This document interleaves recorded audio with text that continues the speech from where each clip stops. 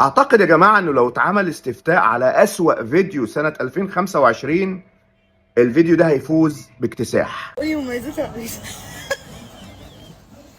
قولي. ابوه محاسب يا جماعه، والولد شغال مهندس ميكانيكا،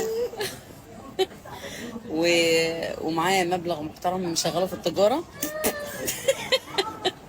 بس مشكلته بقى العيوب بقى اللي فيه ان هو ما عندوش شقه ولا عربيه.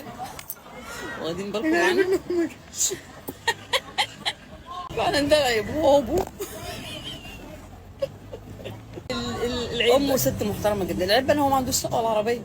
ابوه فهي شغلت ابوه ايه؟ ابوه معاه عربيه. راح ايه؟ 27 معموله قهوه من ورا.